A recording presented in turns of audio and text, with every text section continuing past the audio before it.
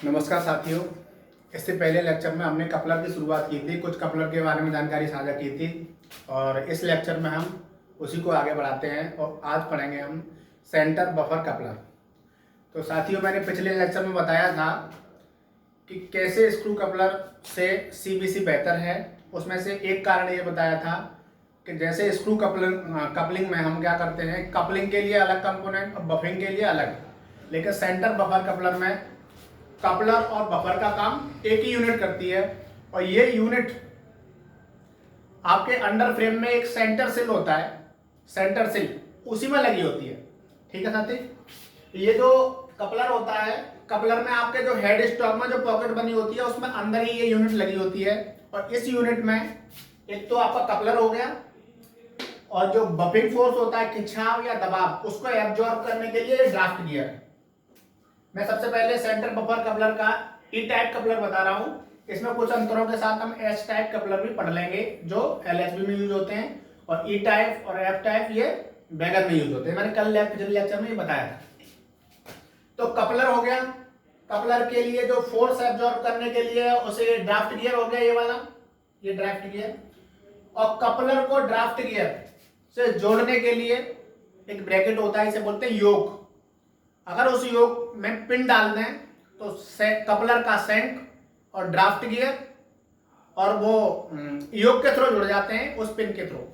तो सबसे पहले हम सेंटर बफर कपलर के पार्ट्स पढ़ेंगे, उसके बाद और भी चीजें पढ़ेंगे। तो सेंटर बफर कपलर के पार्ट्स में ये जो मैंने डायग्राम बनाया है वो ई टाइप कपलर है, कुछ अंतरों के साथ एस टाइप कपलर है, वो पढ़ लेंगे क्या क्या अंतर होते हैं। तो पार्ट्स में सबसे पहले पढ़ते हैं कपलर हेड। अगर मैं इसको ये कपलर मान लूं तो इस वाले पार्ट को सभी जानते हैं कपलर हेड बोलते हैं। ये नकल और ये वाला आगे वाला पार्ट, ये वाला पार्ट कपलर हेड। इसमें क्या क्या लगा होता है, नकल, ये वाली नकल, सभी लोगों ने कपलर देखा है तो ज्यादा समझाने की आवश्यकता नहीं है। ये नकल हो गई, नकल के ऊपर पिन होती है और इस नकल के पीछे थ्रोअर होता है, नकल थ्रोअर के इस टाइप का नकल थ्रोअर देखेंगे जब आप इस पॉकेट को देखेंगे, कपलर हेड की पॉकेट को सारे कुछ निकाल के नकल वगैरह, तो उसके पीछे देखेंगे एक नकल थ्रोअर मिलेगा इस टाइप। ये दोनों चीजें एस टाइप कपलर में होती हैं। S type high tight lock coupler, tight lock coupler, S type tight lock coupler में होती है ये दोनों चीजें। ये क्या होती हैं, जब हम एलएचबी का सीबीसी देखेंगे तो उसमें जो आगे का कपलर हेड होता है, मान लो ये नकल है, इसके बगल में एक पॉकेट होती है। अगर ये नकल है तो इस वाला ये वाला भाग होगा जो ये वाला, ये थोड़ा नुकीला होता है। सेम ऐसे वाले कपलर में तो जब कपलिंग होगी तो आगे वाले कपलिंग का नुकीला भाग इस पॉकेट में, कपलर के बगल में जो पॉकेट बनी है उसमें चला जाएगा। तो जब भी ये ट्रेन जब चलेगी तो चलने के दौरान जो वर्टिकल ऑस्किलेशन होंगे, तो जब ये पॉकेट में ये आर्म, गाइड आर्म बोलते हैं उसको, गार्ड आर्म, और पॉकेट को बोलते हैं विंग पॉकेट। जब ये गार्ड आर्म इस पॉकेट में फंस जाएगी तो वर्टिकल ऑक्सीलेशन नहीं होगा। वर्टिकल ऑक्सीलेशन नहीं होगा तो ये कपलर इसके ऊपर चढ़ के और एक कोच दूसरे के ऊपर नहीं चढ़ेगा। इसी फीचर को बोलते हैं anti climbing feature. Anti climbing feature, एक कपलर दूसरे को ऊपर छटक के और ऊपर नहीं चढ़ जाए। ये क्या किया गया पैसेंजर कोच में, जो एलएचबी है आपके, उसमें हाई जो S type tight lock coupler लगाए गए हैं उनमें ये फीचर है, एंटी क्लाइंबिंग का फीचर। कपलर के और पार्ट्स में लॉक होता है, आप कपलर के हेड में देखेंगे ऊपर, इसी में यहाँ पर, इससे समझ सकते हैं यहाँ पर। एक्चुअली जो नकल का, ये जो नकल है इसका पीछे वाले भाग क्या होता है, सेल्फ, जिसपे लॉक बैठा होता है। तो ये इस टाइप का लॉक होता है और इस लॉक को उठाने के लिए, इस लॉक को उठाने के लिए एक पूरी असेंबली होती है, उसे बोलते हैं lock, rotary lock lift assembly. उस असेंबली में क्या होता है कि यहाँ हमने ये ऑपरेटिंग हैंडल लगा दिया, इसके ऊपर हुक होता है, हुक के यहाँ पर कनेक्टर, कनेक्टर के ऊपर टॉगल, और टॉगल का कनेक्शन होता है लॉक से। ये पूरी, ये हुक और कनेक्टर और टॉगल, इन तीनों को मिला के बोलते हैं रोटरी लॉक लिफ्ट असेंबली। ये तीनों चीजें जब आप ऑपरेटिंग हैंडल ऐसे घुमाएंगे तो ये तीनों चीजें इस लॉक को ऊपर उठाती हैं। ठीक है, इनको बोलते हैं रोटरी लॉक लिफ्ट असेंबली। इसके बाद कपलर का वो भाग जो हेड स्टॉक में अंदर जाएगा उसे बोलते हैं सैंक। अगर ये एच टाइप कपलर है तो इसके नीचे एक सपोर्टिंग डिवाइस लगी होगी, स्प्रिंग लगी होंगी, उनको बोलते हैं सैंक सपोर्टिंग डिवाइस। ठीक है दोस्तों। और हेड स्टॉक में जहां कपलर जाता है वहां पर बाहर रिवेट से एक स्ट्राइकर कास्टिंग लगी होती है। ये देखिए हम सबने, ये वाली स्ट्राइकर कास्टिंग, शैंक जब अंदर जाएगा हेड स्टॉक में तो बाहर जो कास्टिंग है उसे बोलते हैं स्ट्राइकर कास्टिंग। इसके बाद इस ये शैंक अंदर चला गया, ये यहां तक शैंक आ गया। इस शैंक को, इस योक से, ये योक होता है, इस योक को शैंक से कनेक्ट करने के लिए एक पिन डालते हैं, योक पिन।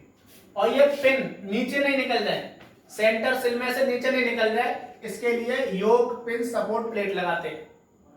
ठीक है। इसके पीछे क्या होता है, ड्राफ्ट फ्रंट फॉलोअर।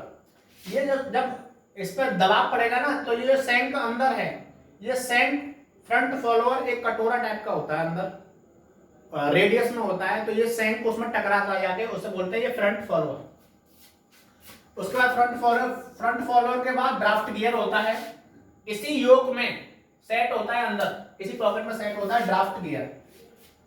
और ये ड्राफ्ट गियर के बाद उसी सेंटर सेल में क्या होते हैं, बैक स्टॉपर। ये भी इससे जाकर टकराएगा जब दबाव पड़ेगा, तो आगे वाला कपलर जब इसको धकेलेगा तो ड्राफ्ट गियर भी इस पे बैक स्टॉपर से सेंटर सेल पे होते हुए ट्रांसमिट हो जाएगा फोर्स। आगे पढ़ेंगे कैसे खिंचाव और दबाव दोनों फोर्स कैसे ट्रांसमिट होते हैं। सीबीसी, इस लॉक को ऑपरेट करने के लिए सीबीसी ऑपरेटिंग हैंडल है। ये हैंडल दो ब्रैकेट में लगा होता है, एक में बियरिंग पीस और एक और सेफ्टी ब्रैकेट होता है। तो बियरिंग पीस कुछ ऐसा होता है, जब इसमें ऐसा होता है तो इसमें ऑपरेटिंग हैंडल यहां रख जाता है। अब बियरिंग पीस का स्लॉट है वो ऐसा होना चाहिए जिससे ऑपरेटिंग हैंडल सीआरओ होने के दौरान घूमे नहीं, अपने आप नहीं घूमे, जब हम उसको उठा के जब घुमाएंगे तभी घूमे।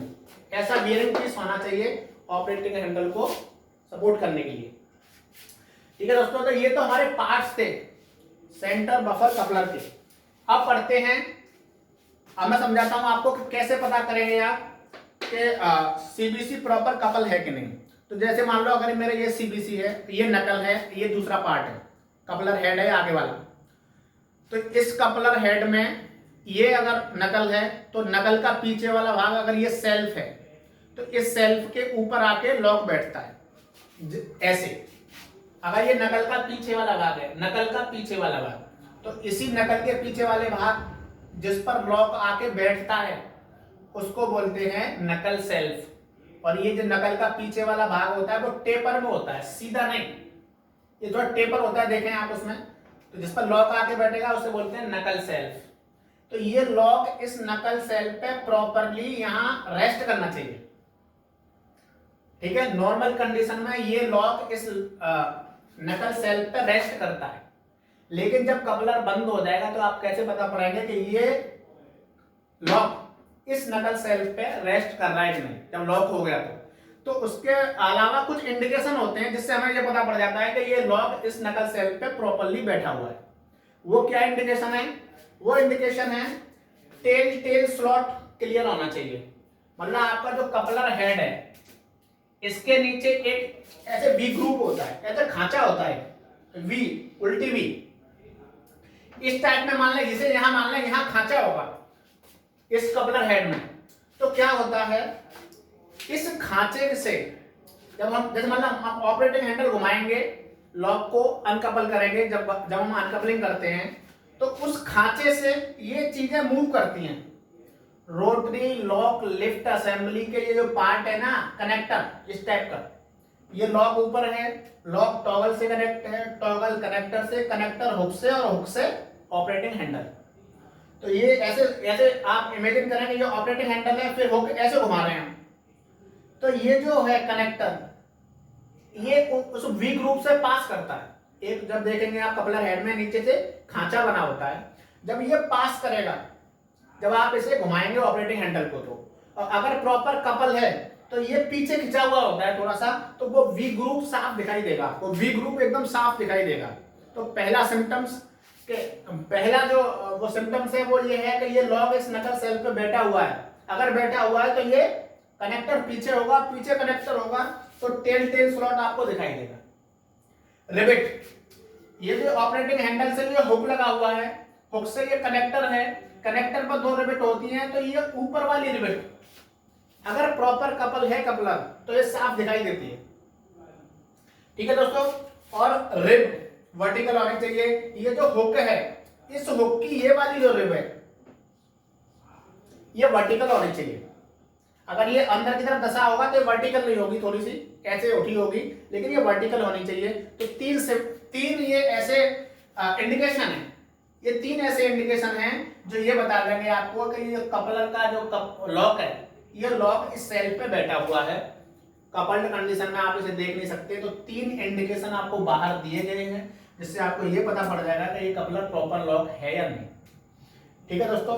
अब मैंने एंटी क्लाइंबिंग फीचर बता दिया है एच टाइप कपलर में कि कैसे पॉकेट में वो आर्म घुस जाती है, जिससे आप वर्टिकल ऑस्किलेशन में वो निकलेगी नहीं तो ये कपलर एक दूसरे से निकलेंगे। एक और फीचर होता है हमारा एंटी क्रीपिंग। इसको समझते हैं। एंटी क्रीपिंग का मतलब, पहले तो क्रीपिंग का मतलब समझते हैं। क्रीपिंग का मतलब होता है खुलना। एंटी क्रीपिंग का मतलब लॉक न खुलने देना। तो यहां न खुलने देने का मतलब होता है कि ये कपलर खुले नहीं। तो दोस्तों इसमें इसको कपलर को समझने के लिए इसमें कब खुलेगा, कैसे खुलेगा, इसको अच्छे से समझते हैं। तो उसमें सबसे पहले मैं बता दूं आपको कि जब हम खोलते हैं तब क्या होता है, और दूसरी कंडीशन होगी चलने के दौरान कैसे खुल सकता है। तो पहले मैं बताऊं आपको, अगर हम यहां से ऑपरेटिंग हैंडल हम अनकपल कर रहे हैं तो ये जब इस ऑपरेटिंग हैंडल को घुमाएंगे हम उठा के इस स्लॉट में उठा के ऑपरेटिंग हैंडल घुमाएंगे तो ये जो पूरी रोटरी लॉक लिफ्ट असेंबली है, रोटरी लॉक लिफ्ट असेंबली मतलब हुक, कनेक्टर और टॉगल। टॉगल क्या होता है कि लॉक से, जैसे टॉगल में ऐसे करके एक रिब लगी होती है, वो टॉगल में लॉक में धसी होती है, मतलब ये टॉगल रिवेट से कनेक्ट नहीं है। इस टॉगल में ऐसे करके एक कील सी होगी जो इसमें लॉक में लगी होगी। तो जब आप ऑपरेटिंग हैंडल ऐसे घुमाएंगे तो ये सारी चीजें मूव करती हैं, और मूव करती हैं तो ये लॉक उठ जाता है तो अनकपल हो जाता है। ठीक है। अब मान लो अगर हम इस ऑपरेटिंग हैंडल को नहीं उठा रहे हैं, गाड़ी ट्रेन रनिंग कंडीशन में है, तो ये ऐसी कौन सी सिचुएशन है कि जब ये उठ जाएगा, वो पढ़ना है आपको। समझ रहे? एंटी क्रीपिंग मतलब ऐसी कौन सी कपलर में मैकेनिज्म है जो कपलर को बिना ये हैंडल उठाए खुलने देती है, नहीं खुलने देती। एंटी क्रीपिंग का मतलब है कपलर का जो ऑपरेटिंग हैंडल बिना उठाए कपलर को न खुलने देने वाली मैकेनिज्म, मतलब ऐसी कौन सी मैकेनिज्म है जो इस नकल सेल्फ से लॉक को उठने नहीं देगी। ऐसा क्या लगा हुआ है कपलर में, वो पढ़ेंगे हम एंटी क्रीपिंग में।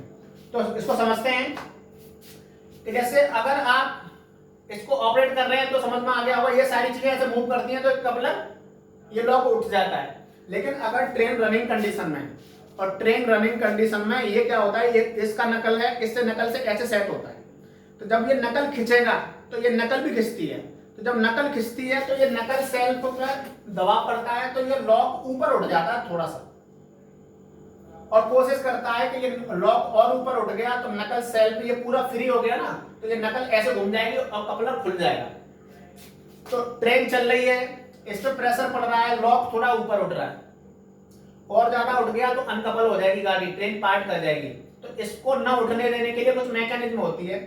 सबसे पहले मैं बताता हूं, जैसे ये लॉक ऊपर उठेगा तो लॉक ऊपर उठेगा तो टॉगल भी ऊपर जाएगा, तभी ये, क्योंकि टॉगल इससे कनेक्ट है। अगर लॉक ऊपर उठ रहा है चलने के दौरान, जब फोर्स पड़ता है तो लॉक थोड़ा सा ऊपर उठ जाता है। जब ये थोड़ा ऊपर उठेगा तो टॉगल ऊपर जाएगा, टॉगल ऊपर जाएगा तो टॉगल सबसे पहले क्या होता है, एक जब कपलर का आप हेड देखेंगे तो उसमें एक लग लगा होता है।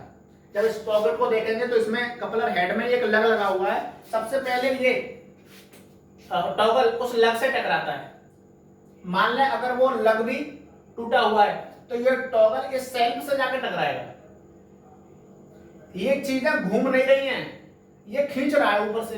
अगर आप ऑपरेटिंग हैंडल से घुमाएंगे तो ये चीजें घूम के ये चीजें अंदर चली जाती है, तो सेल्फ से टकराता नहीं है टॉगल।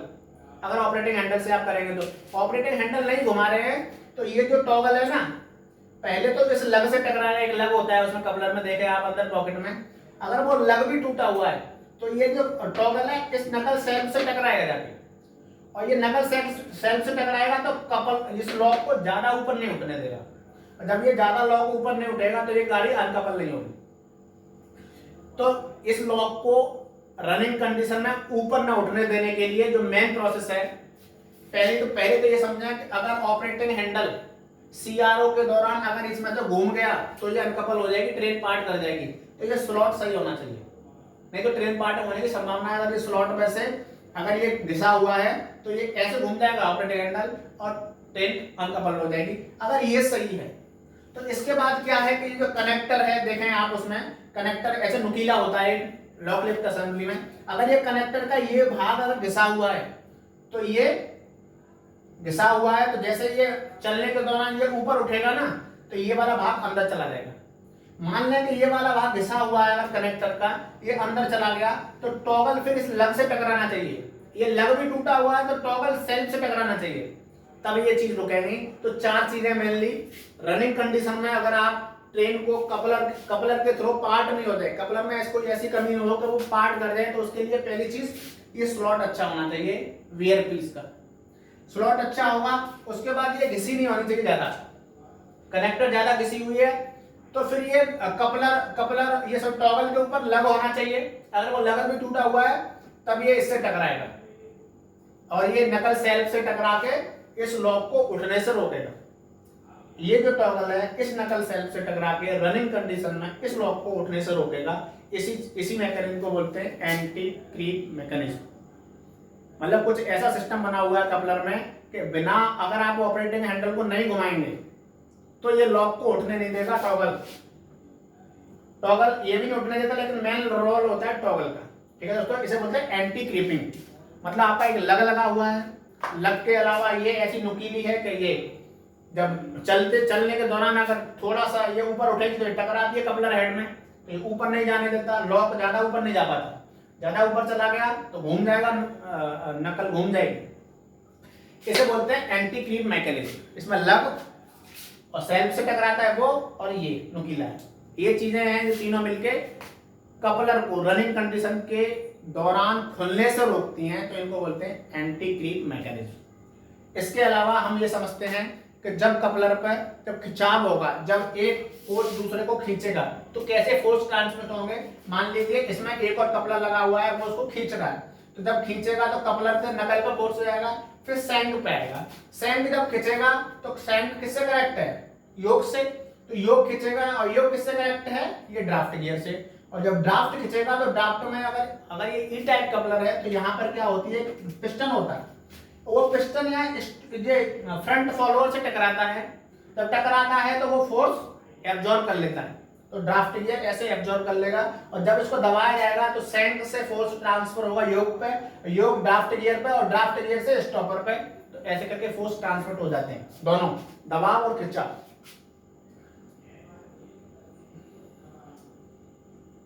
ठीक है मित्रों, कभी जब ROH वगैरह होता है तो ये चीजें देखी जाती हैं। यहाँ पर सैंक को सपोर्ट करने के लिए सैंक वियर प्लेट होती हैं, और स्ट्राइकर कास्टिंग प्लेट वो होती है, वियर प्लेट भी होती है, जो अपनी अपनी अलग अलग डायमेंशन होती हैं। और ROH के दौरान हम क्या देखते हैं कि ये नकल है उसकी नोच घिसी हुई तो नहीं तो ट्रेन पार्ट होने की संभावना होती है। ट्रेन पार्ट होने में इनका भी एंटी क्रीप मैकेनिज्म फेलियर एक ये कारण है। दूसरा कारण क्या है कि और कोई फॉल्ट है, और किसी फॉल्ट में क्या होता है, कभी कभी कपलर का हेड चौड़ा हो जाता है, कभी कभी कपलर की जो नकल है उसकी नोच पतली हो जाती है, घिस जाती है, वियर कर जाती है। तो उसके लिए गेज होते हैं, इसमें आप कंटूर गेज पढ़ते हैं और बाकी चीजें भी हैं। मतलब इसको सबसे पहले एंटी क्लाइंबिंग के लिए एक गेज होता है, जो इसकी क्या होता है, पॉकेट और ये गार्ड आर्म, इसकी विड्थ को नापता है, कहीं ये ऐसे निकल नहीं जाए, उसके लिए गेज होता है। नकल के लिए गेज होता है कि वियर कितना हो रहा है वो, ये सारे गेज के थ्रू हम पता करते हैं और चेंज करते हैं इस चीज को। आई होप हमने कुछ चीजें साझा की और आपको समझ में भी आई होंगी। Thanks for watching.